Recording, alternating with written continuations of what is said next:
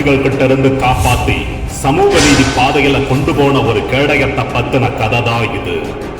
பேரறிஞர் அண்ணா, முத்தமிழ் அறிஞர் கலைஞர் மாதிரியான தம்பிகளின் துணையோடு 1949 உருவாக்கினதுதான் இந்த கேடயம்.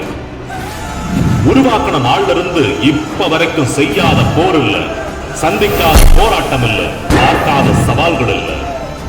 இப்படி அத்தனையும் தாங்கி மொத்தமா உங்க முன்னாடி நிற்கும் போதே தெரிஞ்சிருக்கும் இது கத்தியும் கடப்பாரையும் தடுக்கிற சாதாரண கேடயம் இல்ல, பாசிசத்தையும் மதவாதத்தையும் வேறறுக்கக்கூடிய வலிமையான கேடயம்.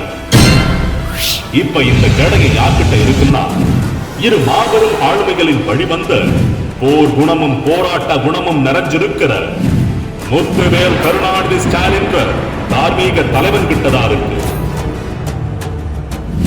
இந்த கேடயம் அவர் கையில இருக்கிறதால தமிழ்நாட்டுக்கு எந்த அளவு பாதுகாப்புன்னா, நம்ம மாநில உரிமையை பறிக்க நினைக்கிற டீலிமிட்டேஷன், நாம சரியா வரி கட்டியும் தரம் இருக்கிற நிதி, மாணவர்களோட கல்வி கனவை சிதைக்கிற புதிய மக்களோட வாக்குரிமையை பறிக்கிற எஸ்சி, இதெல்லாம் போதாதுன்னு மதத்தை வச்சு கலவரம்.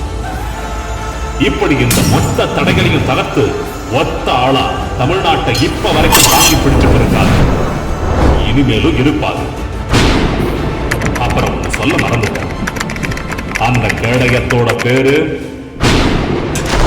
திராவிட முன்னேற்ற கழகம்.